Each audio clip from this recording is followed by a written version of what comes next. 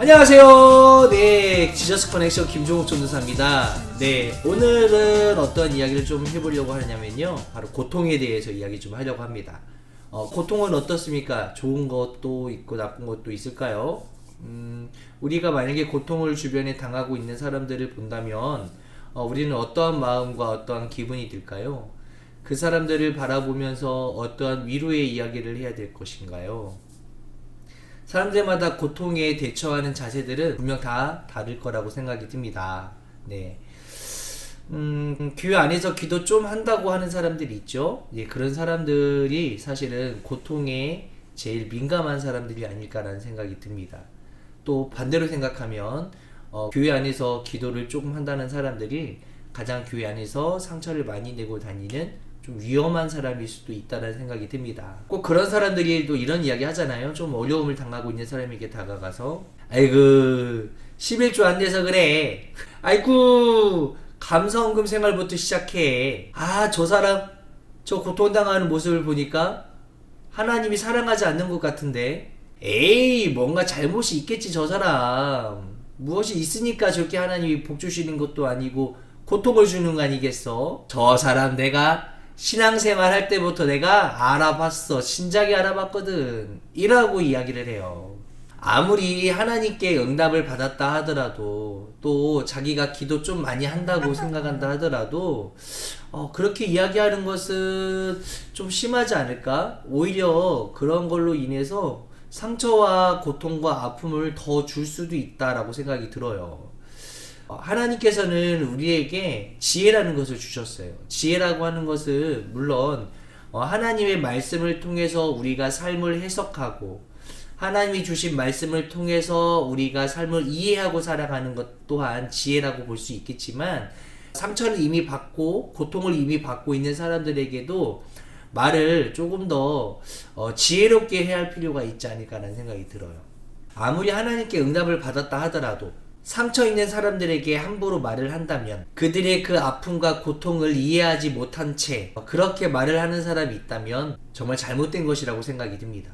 정말 지혜롭지 못한 처세인 것 같아요. 그렇다면 하나님께서는 잘못을 한 사람들에게만 고통을 주는 것일까요?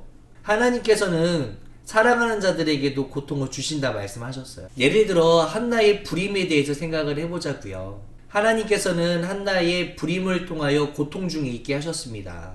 어떤 고통이었냐? 한나가 임신을 하지 못하고 있을 때 남편의 다른 여자인 분인나를 통해 핍박과 멸시를 받게 하셨지요. 하지만 그 고통은 한나의 고통을 뛰어넘어 실제로는 이스라엘 백성들의 고통이었습니다. 결국은 한나의 기도는 자신뿐 아니라 그 시대와 역사와 나라를 변화시키고 해결해주는 기도였다는 거예요. 그 결과 하나님은 한나의 기도를 받아주셨고 그 기도에 응답해 주셨습니다.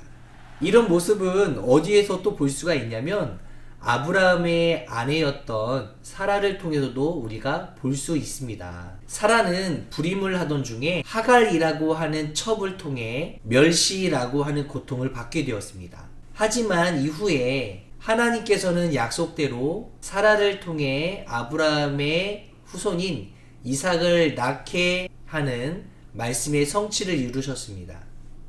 이처럼 하나님께서 주시는 그 고통은 하나님의 풍성한 계획 속에 그 고통을 주시기도 한다라는 것입니다. 따라서 우리는 고통을 받고 있는 사람들을 저 사람은 하나님께 벌 받는가 보다 라고만 생각해서는 안 된다라는 거예요.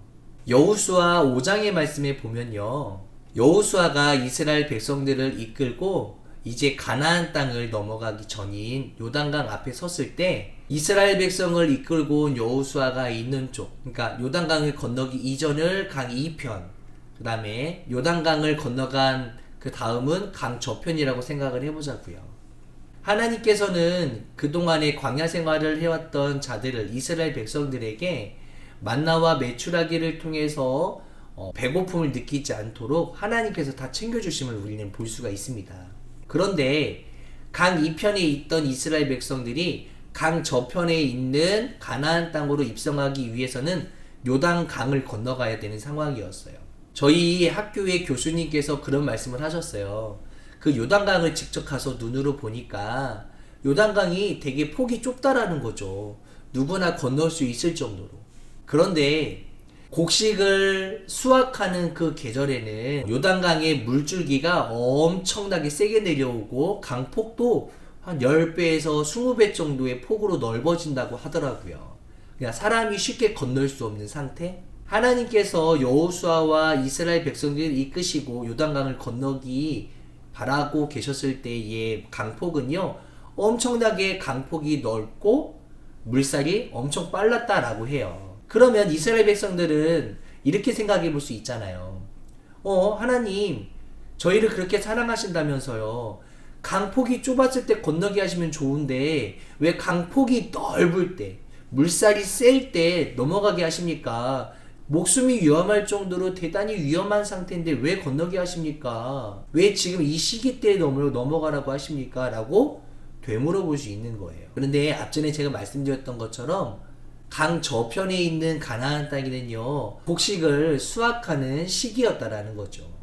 그런데 강 이편에 있는 이스라엘 백성들은 그 상황을 알았을까요? 몰랐을까요? 몰랐던 상황이죠. 맞습니다.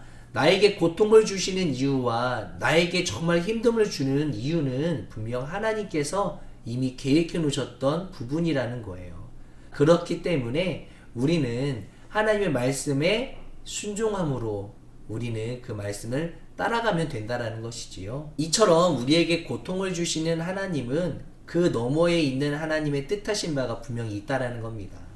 우리는 그 말씀을 붙들고 혹시라도 나에게 고통이 뒤따르고 있을 때 내가 그 고통을 하나님에게 원망으로 돌려드리는 것이 아니라 우리는 그 말씀에 순종함으로 나아갈 수 있도록 우리는 살아가야 될 것입니다. 우리 지저스 커넥션 여러분, 오늘도 그런 하루를 보냈으면 좋겠어요. 나에게 물론 복 주시는 하나님, 그 복 안에는 정말 우리에게 행복을 가져다 주는 복도 있고 나에게 때로는 고통과 아픔을 주는 복도 있다라는 거예요.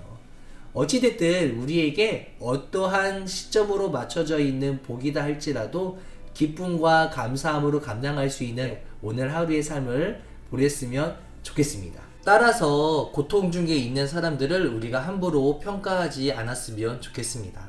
오늘도 여러분 하나님과 동행하는 그러한 삶을 살기를 바랍니다. 오늘 영상은 여기까지고요. 다음 영상까지 안녕!